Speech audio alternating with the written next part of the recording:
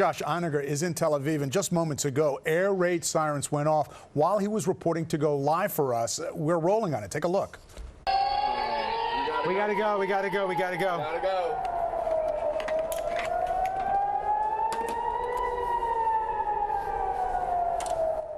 They did take cover. They are okay, and Josh is now back with us. Josh, how are things there right now? Things are okay, Liz. Things are fine. It was it's surprising when that happens, and then as alarms go off. There's also, in fact, I'll show you this, Mike. You want to? This is what happens here. So I'll show you this. I got a. You sign up for an app. You download an app when you live here or you are in Israel, and so this warning came in, warning of rocket and missile fire in the area. Time of arrival to the protected room based on where it knows I am. With the geolocating of this phone, 1.5 minutes, so only 90 seconds to get to a place of shelter, and it says stay there for 10 minutes. In this case, we stayed there for less than 10 minutes when there was an all clear that came over the loudspeakers, and we came back. And this is actually how things work here. Kind of all over the country. It's been this way for years in the south near Gaza because Hamas has been firing rockets into Israel for years and years and years. It's a first in a very long time that people in Tel Aviv have had this happen. We've been here, Liz and Dave, for I think this is our second night. It's hard to keep track, but we've been here now for 2 nights. That's the second time we've gone through one of these experiences. And what happens is a rocket is fired. It seems to have a trajectory. The computers, the Iron Dome system thinks that it is on a trajectory into a certain direction, and anyone in that area gets this alert. And then either the Iron Dome system, the missile defense system, actually knocks it down, or it just lands somewhere else, or it was a false alarm. So, or it hits something, which thankfully has not happened. And so we are fine. This happens with regularity. People here have started really taking it in stride. Josh, I just want to follow up and ask quickly, how close are you to the shelter, and how many people end up going into a shelter like what just happened seconds ago? So we're in a hotel in downtown Tel Aviv, right by the beach. We're on the 6th floor. We're on the balcony of a hotel room right now, and we basically just walked out to the hallway and walked down to a fire stairs, and then off the fire stair is a little room with chairs in it and some shelves with sheets. I guess if you have to be there for a while, and towels, other supplies. We weren't there for very long because we were literally preparing to do this live shot. So as soon as we got the all clear, we ran back here to hook up again. But I do want to tell you what I was going to talk about, unless you have any other questions about this particular situation here, guys. No, we know it was also a very busy day for you. You were with Governor Hochul, and today was a very emotional day for her because you also learned that her father suddenly died overnight. Yeah, so we learned a little bit more about that, Liz. Governor, we are here, for a lot of reasons, but in part because Governor Hochul decided to come to see for herself and support people here in Israel.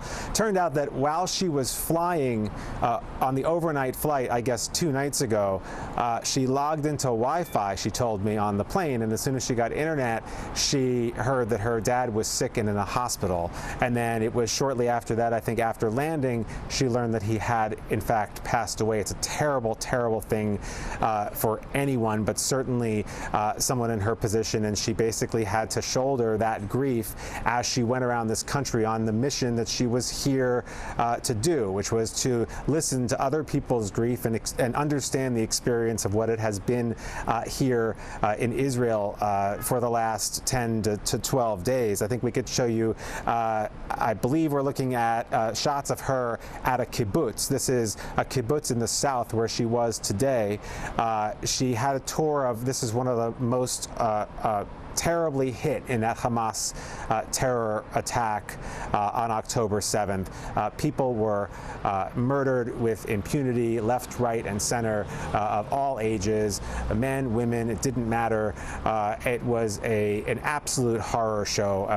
The kinds of images, as she described them, that you simply really can't behold unless you see them yourself. And we'll hear from that in a second, but of course, as she's seeing this, and as she's listening to the pain of the people who survived that attack, of course she had this, she's grieving her own loss. Earlier in the day, she was at the Western Wall in Jerusalem, where she wrote a note with a prayer on it for the people of Israel and also for her father. I asked her when I sat down with her a couple of hours ago what this whole experience was like for her, this juxtaposition of her own mourning, her own sudden loss of her dad who passed away unexpectedly, while also bearing witness to these atrocities that people here in Israel have had to suffer through, and particularly the ones in the south who suffered in that kibbutz. And here's what she had to say.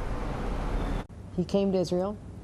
It was on his bucket list, and that's why I wanted to go to the Great Wall today in the Church of the Holy Sepulchre, because it meant so much to him to come to these places, as he, just really cherished this experience, and I wanted to recreate that a little way. I was supposed to see him this weekend, so different outcome. We heard a lot of stories.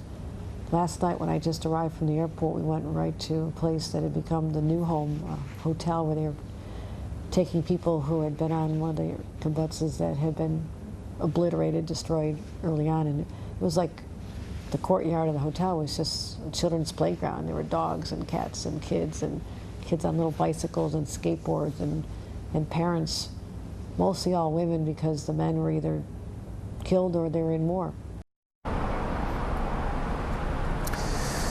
Just a horrible thing to experience if you had to live it.